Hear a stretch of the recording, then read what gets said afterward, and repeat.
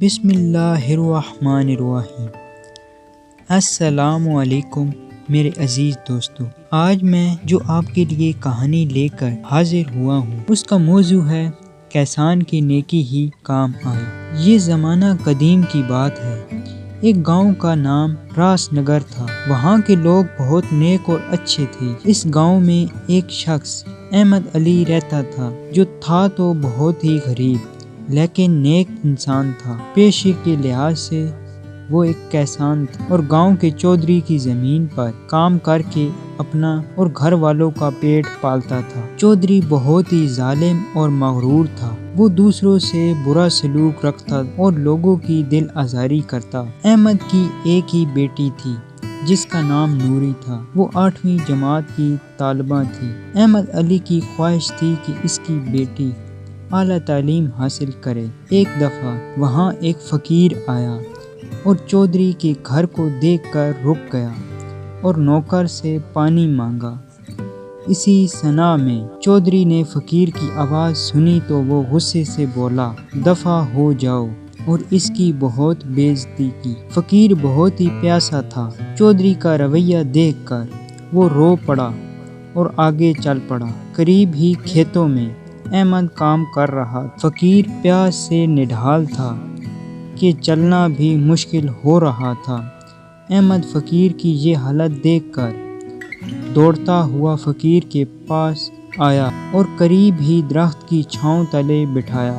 جلدی سے اپنا کھانا اور پانی لے کر آیا اور فقیر کو پیش کر دیا۔ فقیر پانی پی کر کچھ بہتر ہو گیا۔ اس نے تھوڑا سا کھانا بھی تناول کیا اور خوش ہو کر احمد کو دعا دی کہ اللہ تعالیٰ تمہاری ہر خوشی پوری کرے۔ کچھ دنوں بعد ایک دن وہ کھیتوں میں کام کر رہا تھا کہ اس کو ایک چابی ملی۔ اس نے چابی اپنی جیب میں ڈال لی۔ جب وہ فارغ ہو کر گھر آیا اس نے وہ چابی اپنی بیوی کو دکھائی۔ وہ دیکھنے میں کافی پرانی چابی تھی۔ اس نے وہ چابی تکیے کے پاس رکھی اور سو گیا۔ رات کو اس نے خواب میں دیکھا کہ کھیت کے قریب ایک درخت ہے جس کے تنے کے نیچے ایک صندوق ہے جس کی یہ چابی ہے۔ صبح جب اس کی آنکھ کھلی تو وہ سب کچھ بھول چکا تھا۔ اس نے چابی جیب میں ڈالی اور نوری کو سکول چھوڑنے چلا گیا۔ اس کے بعد وہ کھیتوں میں چلا گیا۔ جب وہ تھک گیا تو وہ سانس لینے کے لیے اسی تنے پر بیٹھا جس پر اس نے فقیر کو بٹھایا تھا۔ اس کو سارا خواب یاد آ گیا۔ اس نے جلدی سے زمین کھودی۔ وہی صندوق موجود تھا۔ وہ صندوق لے کر گھر آیا۔ اس نے جلدی سے چابی نکالی اور صندوق کو کھولا۔ جیسے ہی صندوق کھلا سب کے منہ کھلے کے کھلے رہ گئے۔ سب حیران تھے اور کیوں نہ ہوتے۔ صندوق قدیم زیورات اور سونے کے سکوں سے بھرا ہوا تھا۔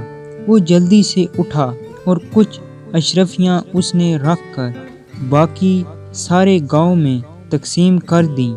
احمد علی خوش تھا کہ اس کی نیکی کام آئی اور اب ان پیسوں کے ذریعے نوری کو تعلیم دلانے کی اس کی خواہش پوری ہو جائے گی۔ بات گاؤں کے چودھری تک پہنچی اور چودھری نے جب احمد کی زبانی یہ سارا ماجرا سنا تو اس نے اسی دن اللہ کے حضور سچے دل سے توبہ کی اور اسی دن سے لوگوں کے کام آنے کا وعدہ کیا۔